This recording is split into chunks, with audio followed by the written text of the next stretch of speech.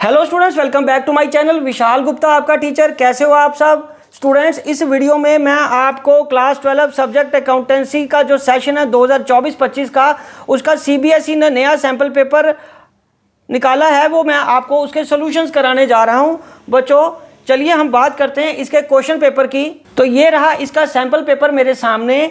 बच्चों ये sample paper वैसा ही है जैसा कि पैटर्न सिलेबस में बताया गया था। ये सारी इंस्ट्रक्शंस वैसी हैं जैसे पिछले साल पेपर में थी। तो आप इन इंस्ट्रक्शंस को स्लो करके पॉज करके भी पढ़ सकते हो बाद में, लेकिन हम कंसंट्रेट किस पे करेंगे? क्वेश्चंस पे। पार्ट ए से शुरू करते हैं। पहला क्वेश्चन है, Anthony a partner was being guaranteed that his share. Anthony को गारंटी कितनी की दी है आपने? 1 लाख। उसका शेयर किसी भी हालत में कम नहीं होगा 60,000 से per annum. Deficiency if any was to be borne by other partners Amar and Akbar equally for the year ended 31 March 2024 firm incurred a loss of rupees 1,80,000। So what amount will be debited to Amar's capital account in total at the end of the year. तो कहने का मतलब Anthony एक partner है, उसको guarantee दी गई है कि उसका हिस्सा 60,000 से कम नहीं होगा, और यदि कोई डेफिशिएंसी होगी to be borne by other partners equally, और फर्म का लॉस आ गया 1,80,000।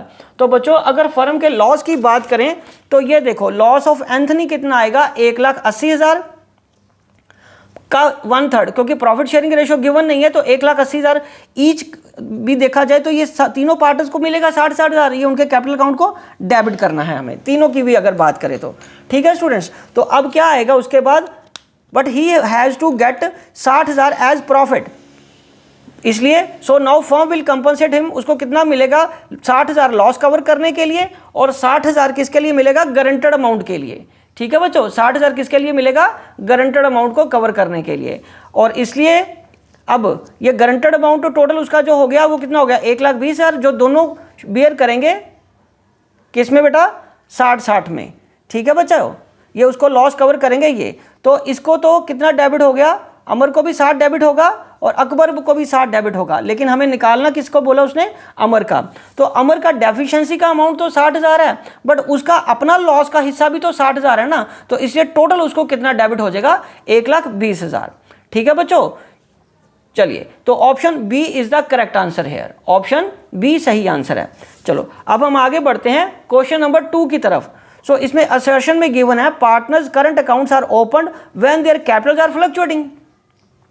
उनके कैपिटल क्या है? फ्लक्चुएटिंग। तो रीजन क्या है? In case of fixed capitals all the transactions other than capitals are done through current accounts of the partners. जब पार्टनर्स, असर्शन ये कह रहा है कि जब पार्टनर्स के करंट अकाउंट ओपन किए जाते हैं तो कैपिटल फ्लक्चुएटिंग होती है। रीजन है in case the fixed capitals of the transactions other than capitals are done through current account of the partners। तो दोनों स्टेटमेंट्स को आपको बताना है, A option, B option, C option, D option. तो बच्चों इसमें जो करेक्ट आंसर है वो डी है। ए फॉल्स है, क्योंकि करंट अकाउंट कब खोले जाते हैं? जब कैपिटल फ्लक्चुएटिंग होती है। नहीं, ये तो गलत है, ये तो ठीक हो ही नहीं सकता। ठीक है, क्योंकि करंट अकाउंट कब खोले जाते हैं? जब कैपिटल फिक्स्ड है। तो इसका मतलब इसका राइट ऑप्शन क्या आएगा? डी। तो इसका राइट आंसर मैंने यहाँ लिखा है, ये देखो, क्योंकि हमें आंसर शीट पे लिखना होता है ना। तो जैसे मैंने ऊपर वाला सॉल्व करके दिया, इसको सोल्यूशन तो कुछ निकालना नहीं था, ना ही कोई चीज़ कैलकुलेट करनी थी, तो मैंने इसको इस तरीके से लिख दिया कि option D is the right answer. ठीक है बच्चों, चलो अब हम आगे बढ़ते हैं क्वेश्चन नंबर 3 की तरफ। बच्चों क्वेश्चन नंबर 3 क्या कह रहा है? Forfeited of shares lead to reduction of, इसे डैश कैपिटल, कौन सी कैपिटल फोरफीटेड मतलब कैंसिलेशन ऑफ शेयर से होती है? तो बच्चों A option authorised, B issued, C subscribed and D called up. तो एक चीज देखो, तो सी के 2 पार्ट हैं। सी का पहले जो मैंने किया वो ऑप्शन सी आएगा। ऑप्शन सी मतलब ये सब्सक्राइब्ड कैपिटल आपकी कम होती है। ठीक है बच्चों, अब हम आगे बढ़ते हैं। ये देखो क्वेश्चन नंबर 3 का ही दूसरा पार्ट है। यदि कोई बच्चा उसकी जगह ये क्वेश्चन करना चाहे तो कैसे करेंगे वो भी मैं आपको बता देता हूँ। Moon Limited issued 40,000 10% debentures of 100 each at certain amount of rate of discount and were to be redeemed at 20% premium. ठीक है बच्चों, existing balance of security premium before issue of these debentures was rupees 12 lakh. ठीक है, and after writing of loss on issue of debentures the balance in the security premium was rupees 2 lakh at what rate of discount these debentures were issued? A 10%, B 5%, C 25% and D 15%। तो इसको बच्चों मैंने ऐसे solve किया, ये देखिए question third का जो दूसरा ऑप्शन है वो ऐसे सॉल्व किया है कि after writing of balance security premium का कितना हमारे पास बचा है? 2 लाख का। एग्जिस्टिंग बैलेंस कितना था शुरू में? सिक्योरिटी प्रीमियम रिजर्व का 12 लाख का। इशू प्राइस कितना बचे? 40 लाख का हो गया।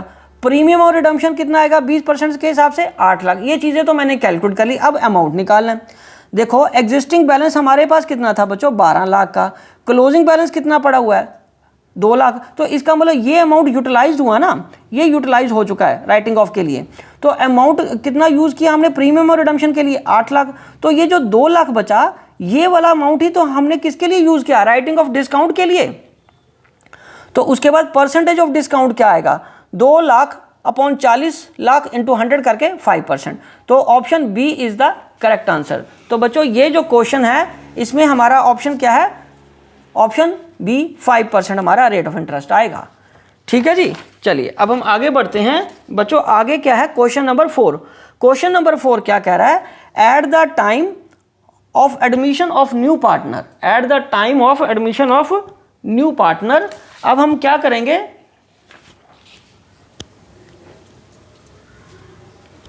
Vasu, old partners Paresh and Prabha had debtors of rupees 6,20,000 and a provision for doubtful debts of rupees 20,000 in their books. As per the terms of the admission, assets were revalued and it was found that debtors worth rupees 15,000 was turned bad and hence should be written off. Which journal entry इन सब में reflect करेगी correct accounting treatment? तो पहली बात, bad debts कितने आ गए?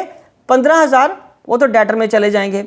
अब हमें आगे करना है इसकी वर्किंग। तो इसकी वर्किंग के लिए मैं बताऊं आपको, तो ये क्या आएगा?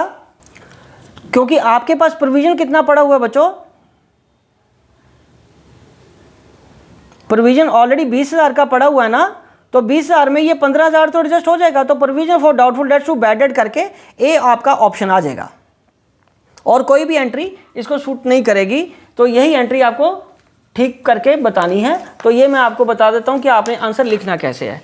ठीक है जी, ये देखिए आपने फोर्थ क्वेश्चन का ए 2 ऑप्शन है, मैंने कोई भी, आप दोनों ऑप्शन में से और होता है, ये कोई भी एक कर सकते हो, मैं दोनों करा देता हूं आपको। ये देखो इसका ऑप्शन ए आपने आंसर लिखना है ऐसे। ठीक है बच्चों, अब हम बात करेंगे क्वेश्चन नंबर 4 के ही दूसरे पार्ट की, मतलब इसको बी पार्ट भी बोल लो, पर इन दोनों में से एक ही करना है। Ram and Shyam were partners sharing profit and losses in the ratio of 3:2। Their balance sheet shows building at the rate of 1,60,000। They admitted Mohan as a new partner for 1/4 share.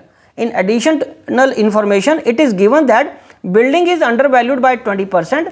The share of loss or gain of revaluation of Shyam is dash and current value of building shown in new balance sheet is। ओ बताओ new balance sheet पे में building आप कितने की दिखाओगे? बच्चों ऐसे आपने क्वेश्चन बहुत सारे क्यों हैं, ये देखो अमाउंट आपने कैसे निकालोगे? को जितना भी आपको वो गिवन है 1,60,000 अंडर वैल्यूड है ना ये, तो उसको रेट अपॉन 100 माइनस रेट का फॉर्मूला लगा देना। कौन सा? Amount into rate upon 100 minus rate का फॉर्मूला लगा दो, तो ये क्या आ जाएगा आपका? 40,000। तो इसका मतलब अंडर वैल्यूड कितने से था वो बेटा? 40,000 से। तो उसके बाद श्याम का गेन कितना बन जाएगा इस 40,000 में? क्योंकि इससे आपका रीवैल्यूएशन अकाउंट का प्रॉफिट हो जाएगा ना एसेट के बढ़ने से। एसेट के बढ़ने से, क्योंकि अंडर वैल्यूड थी, अब ये एसेट बढ़ जाएगी तो वो आपका रीवैल्यूएशन का गेन आ जाएगा। तो रीवैल्यूएशन का गेन का श्याम का शेयर कितना आएगा? 16,000। तो वैल्यू ऑफ एसेट कितनी हुई? 2 लाख। तो हमें आंसर क्या है? ये देखो 16,000 और कितना आ रहा है? सी ऑप्शन, ऑप्शन सी है आपका। ये देखो 16,000 और 2 लाख, मैंने क्या किया, ये ऑप्शन बी है। तो ऑप्शन, ये क्वेश्चन नंबर डाला हुआ है ऑप्शन सी। ये देखो ऑप्शन सी है ना बच्चों। गेन कितना आ रहा है? 16,000 और वैल्यू बैलेंस शीट में कितनी दिखाएंगे? 2 लाख की। Option C. ठीक है बच्चों, चलिए अब हम आगे बढ़ते हैं क्वेश्चन नंबर 5 की तरफ। क्वेश्चन नंबर 5 क्या कह रहा है? The profit earned by a firm after retaining 15,000 to its reserve was 75,000. The firm had total tangible assets worth rupees 10 lakh and outside liabilities rupees 3 lakh. The value of goodwill as per capitalization of average profit method was valued at 50,000. Determine the rate of normal rate of return. ठीक है जी, तो ये options आपको बताने हैं। ये रहा बच्चों फिफ्थ क्वेश्चन। इसमें जो प्रॉफिट आ रहा है आपका वो आ रहा है 90,000। कैपिटल कैसे दिखाओगे? एसेट्स माइनस लाइबिलिटीज करके। एसेट्स आपको कितनी गिवन है? 10 लाख की, और लाइबिलिटीज कितनी गिवन है? 3 लाख की। तो कैपिटल कितनी आ गई? 7 लाख। तो गुडविल का फॉर्मूला लगाएंगे अब हम। गुडविल कैसे आएगा कैपिटलाइजेशन ऑफ एवरेज प्रॉफिट में? Goodwill is equal to capitalisation of average profit minus actual capital. तो 50,000 गुडविल गिवन है, capitalisation of average profit minus 7 lakh. तो कैपिटलाइजेशन ऑफ एवरेज प्रॉफिट इधर आके जब ऐड हो जाएगा तो कितना बन जाएगा? 7.5 लाख। तो कैपिटलाइजेशन ऑफ प्रॉफिट का आप फॉर्मूला लगा देंगे, average profit into 100 by rate. 7.5 lakh is equal to 90,000, क्योंकि एवरेज प्रॉफिट यहाँ पे क्वेश्चन में कितना गिवन था बच्चे? ये देखो 90,000 गिवन है ना सबसे ऊपर। तो 90,000 इंटू 100 बाय रेट कर लो। तो rate is equal to 90,000 into 100 by 7.5, तो ये 12% ऑप्शन आ गया। तो 12% ये ए और बी ऑप्शन है। तो करेक्ट आंसर के लिए देखो हो सकता है अगले पेज पे आए। चलो ये रहे अगले पेज पे। अगले पेज पे वो कितना आ गया बच्चों? 12% और 8% है। तो हमारा आंसर कितना बच्चों? हमारा ऑप्शन सी, 12% सी हमारा राइट ऑप्शन आ गया। ठीक है बच्चों, समझ लगी मेरी बात? 12% क्या आ गया आपका? सही ऑप्शन, सी ऑप्शन ठीक है मतलब। चलिए अब हम बात करेंगे, ऑप्शन सी सही है। अब हम बात करेंगे क्वेश्चन नंबर 6 की। बच्चों क्वेश्चन नंबर 6 क्या कह रहा है? क्वेश्चन नंबर 6 में हम बात करेंगे, ये फिर दो हैं, दो क्वेश्चन है, एक एक करके मैं कराऊंगा। मोहित had applied 900 shares and was allotted in the ratio of 3:2. He had paid application money of 3 share and couldn't pay allotment money of ₹5 per share. First and final call of ₹2 share was not made yet. इसका मतलब 8 रुपये मंगाए हैं। His shares were forfeited. Share forfeited हो गए, और आपको इस एंट्री में पैसा बताना कि कैसे आएगा। शेयर कैपिटल में कितना डेबिट आएगा, शेयर फॉरफिट में कितना आएगा, और शेयर अलॉटमेंट में कितना आएगा। तो ये देखो, ये मैंने कैसे सॉल्व किया है। अप्लाइड कितने थे? 900। अलॉटेड निकाल दिया, जो उसके जो रेशो दिया 3:2 की रेशो दी है ना, तो उसको 2/3 करके कितना आ गया? 600। Money received on application 900 into 3 करके कितना आ गया? 2700। Less adjusted on application 600 into 3 1800, और ये 900 एक्सेस बच गया। Less due and allotment 600 into 5 3000, और कॉल्स इन एरियर कितना आ गया बच्चों? 2100। तो शेयर कैपिटल में जो पैसा जाएगा वो कितना जाएगा?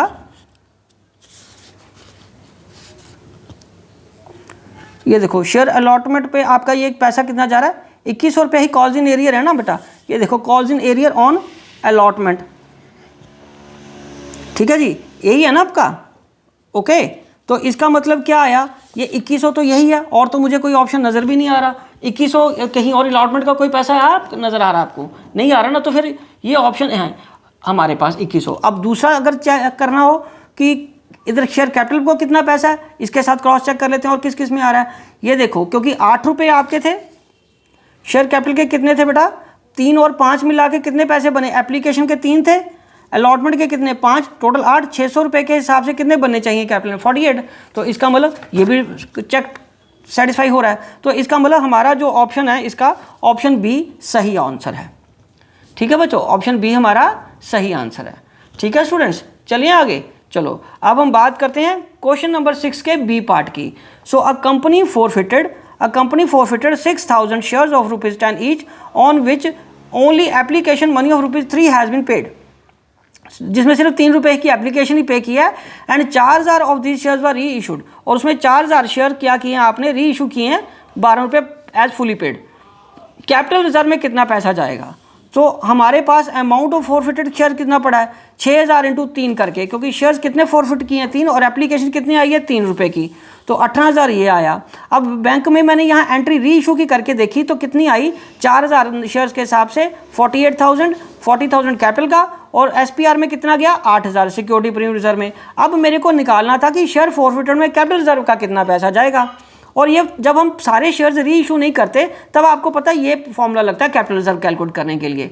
Total amount forfeited into number of reissue shares upon total forfeited shares minus amount utilised towards reissue. 18,000 into 4,000/6 minus 0 करके, तो 12,000 ये आंसर आएगा। तो ये एंट्री 12,000 से यहाँ बननी चाहिए थी।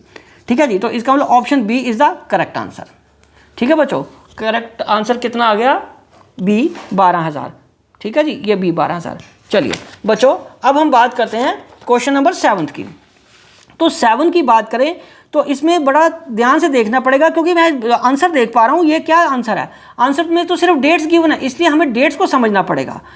ऑन 1 अप्रैल 2019 एक कंपनी ने लोन लिया है 80 लाख का on security of land and building.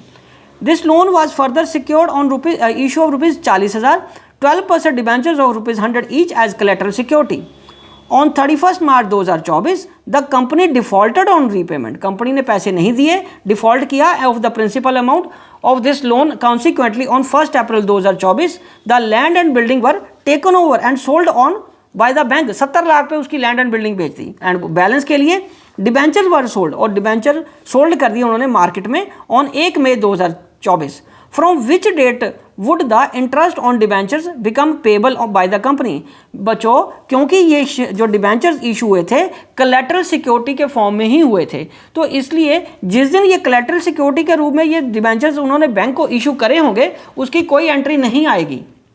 But जब 1 मई 2024 को उन्होंने मार्केट में बैंक ने इसको बेच दिया अपना पैसा रिकवर करने के लिए, तो उस दिन से ब्याज स्टार्ट होगा। तो इसलिए ये जो 7th क्वेश्चन है, 7th क्वेश्चन का डी ऑप्शन आंसर है। तो ये देखो आपने आंसर शीट में इस तरीके से लिखना है, option D is the correct answer. ठीक है बच्चों, चलो अब हम आगे बढ़ते हैं क्वेश्चन नंबर 8 के लिए। क्वेश्चन नंबर 8 यहाँ देखो, ये फिर 2 पार्ट्स में, पहले आपको मैं एक पार्ट कराऊंगा।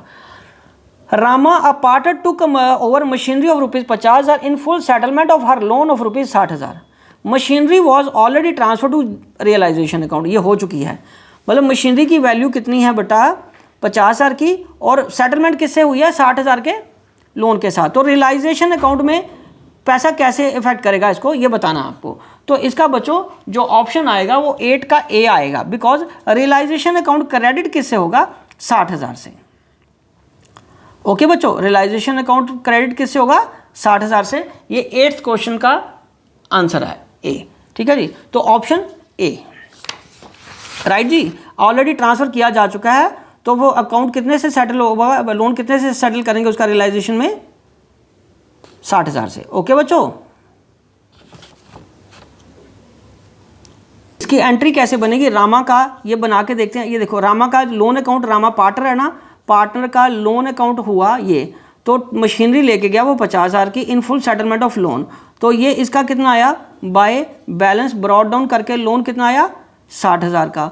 और वो फुल सेटलमेंट में क्या लेके गया बच्चों, मशीनरी कितने की, 50,000 की, 50,000 की मशीनरी लेके गया, और 50,000 in full settlement of her loan 50,000। तो 10,000 किस में जाएगा फिर, रियलाइजेशन को।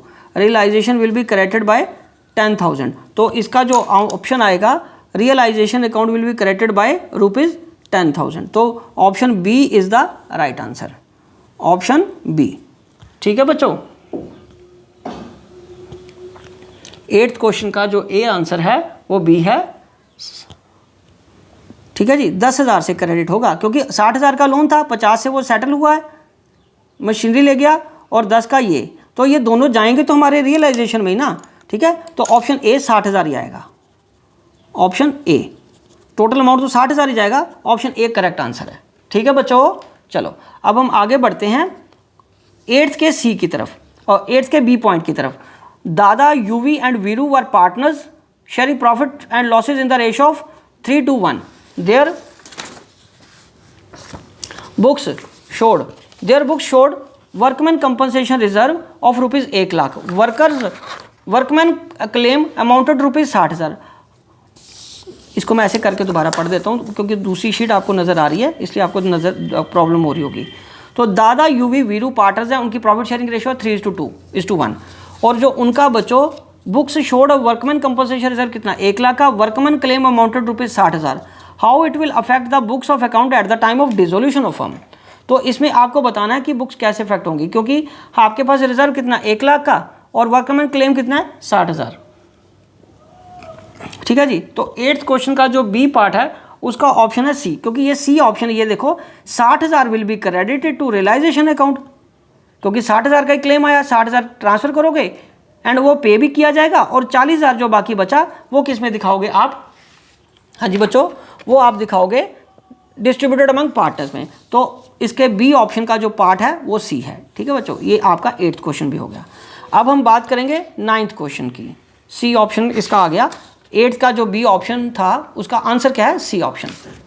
चलो उसका 9th क्वेश्चन, इक्का दुक्का तिक्का, एक बड़े इंटरेस्टिंग नाम है, Ikka Dukka Tikka were partners sharing profits in the ratio of 2:2:1। उनकी फिक्स कैपिटल कितनी है? बैलेंसेज 5 लाख, 4 लाख, 3 लाख।